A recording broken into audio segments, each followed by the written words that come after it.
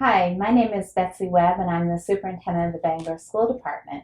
Today, I have two important people with me that are partnering with the Bangor School Department. Let's take a moment and have you introduce yourself and what role you play in the community. Sure. My name is Melissa Houston, and I'm with Good Shepherd Food Bank.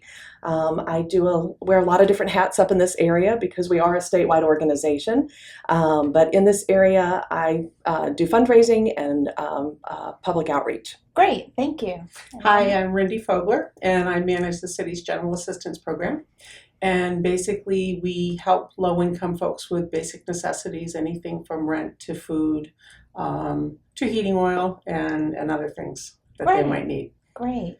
Well, we've been partnering for a while now. I think we were trying to figure it out. We think it's 8 years, or this is the 8th year, in which we, in the school department, we collect food and we collect donations for heating fuel.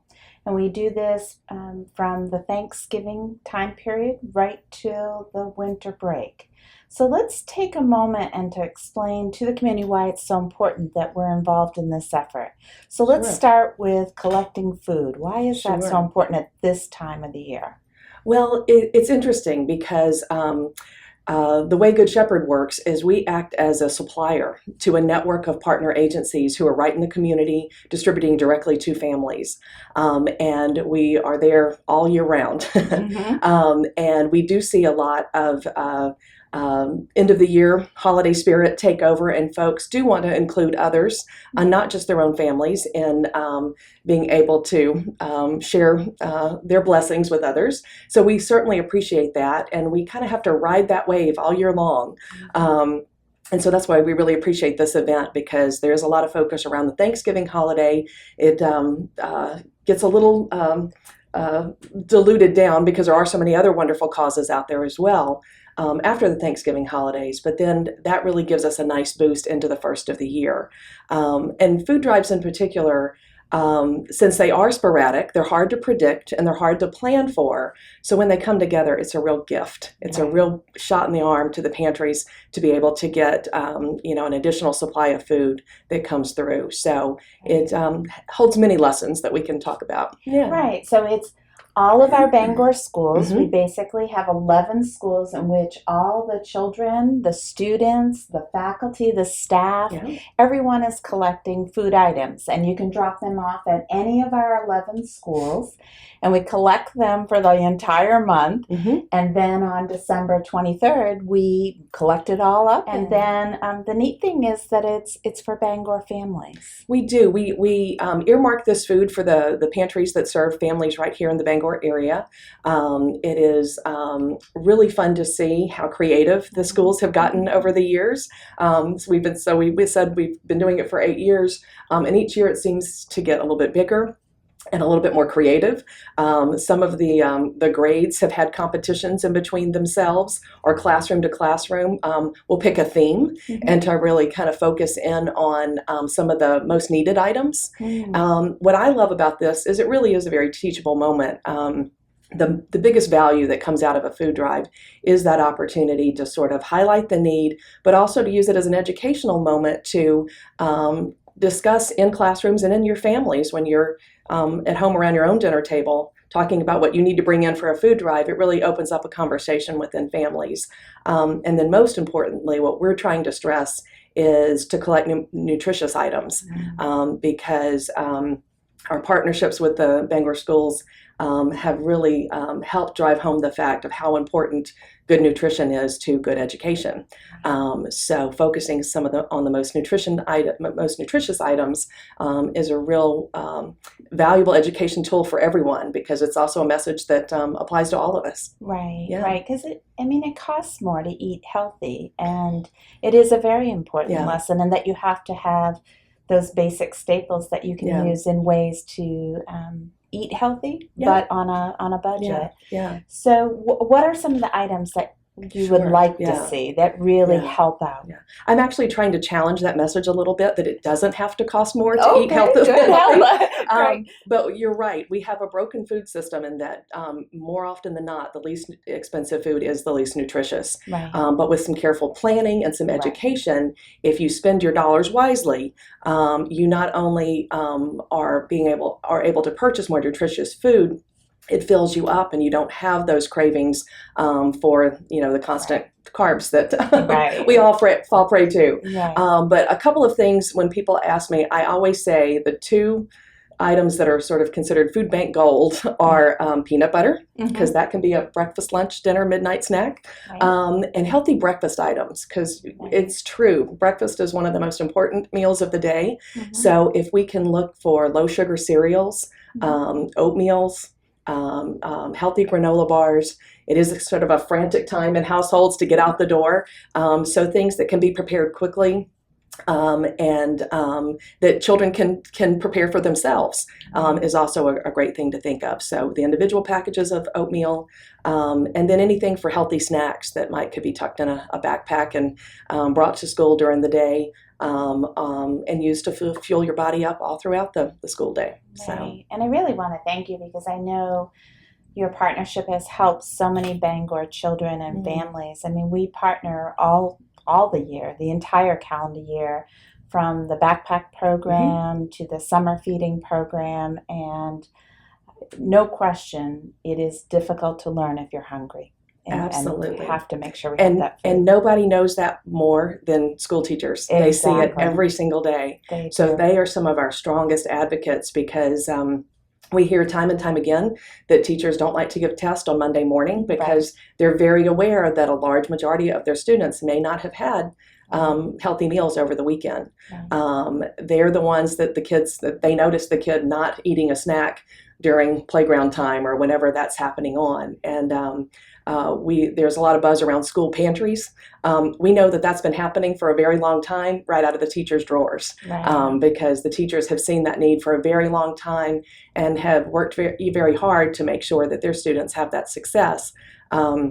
So by opening it up and partnering with some of these programs, I think is just meeting the need right where it needs to be. Right. Yeah. Well, I certainly know you were very in tune to some of the data I shared early. Absolutely. About the need right here. And it really has been a great partnership, because it has helped so many. So thank you. You're very welcome. Another important area is heating fuel assistance. And I know 8 years ago when we started this program, it was a dire need, and it continues to be. But can you explain that? Because over the years, what we have seen is we've collected more food, but our cash donations have gone down a bit with the heating fuel assistance. And I know you've talked to me, you've reached out about how we really need to make this a renewed effort again. So can you describe that for the community? Well, I think everyone's excited about the lower fuel costs that are out there right now. I know as a homeowner that I certainly am. But we also know that Maine has very long and very cold winters, and Bangor is not immune to that. Bangor also has a lot of older housing stock, and they have a lot of large old houses in the city. And what we find that we have used this emergency fuel fund for is primarily elderly people. It's the folks who are the least likely to ask for help. They're ashamed to come in, they're embarrassed to come in, it's very difficult for them to come in. And as someone who is sitting across the desk from them or sitting next to them discussing the situation they're in, it is just a godsend to be able to have a resource to give to them. And it's heartbreaking if we don't have anything to give to them. And there are other resources out there. There's what people hear as LIHEAP, which is the Low Income Heating Assistance Program, which is operated through Panquist. The Salvation Army sometimes helps folks out with fuel, as do local churches and so forth. But it just doesn't stretch far enough to meet everyone's needs. And I think what I would like to do is give an example of the type of person who shows up on my doorstep looking for help. Sure. I recall last year I had a 71-year-old woman. She was retired from the school system. She had taught here in Bangor schools for her entire professional career. And she was widowed and living on a fixed income. And she was just above the income guidelines for the various programs that are out there, but she did not have enough money to heat the large home that she was living in. And this sort of ties into the nutrition part of it. Oftentimes, elderly folks will forego meals, or they won't eat the healthy meals that they should because they're trying to pinch pennies for heating oil. I find folks who come in and they have enormous electric bills because they're surviving on the little ceramic heaters to heat one little room in their house so that they can stay warm. And what we're trying to do with this fund is just have enough money to help the 10 to 12 to 15 folks a year, and they're not all elderly, but that's predominantly the population, just to be able to provide a lifeline to those people to get them through the cold winter when they're panic-stricken because their gauge on their oil tank is reading at empty. Right, right. Well, that's great. And again, we are collecting these cash donations at all of our Bangor schools. They citizens could also come right in here to the superintendent's office.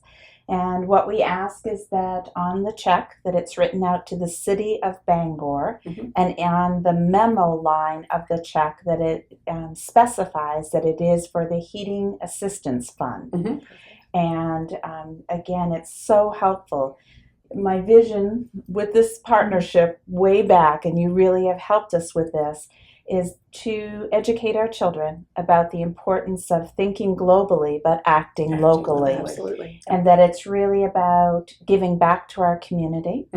And so it's amazing how the students do gravitate to these lessons, and that we do talk about nutrition and healthy food planning, and also about owning a home and the heating costs and expenditures and all those things that you have to think about in the future. And it means a lot to the people who receive it to know where the money came from.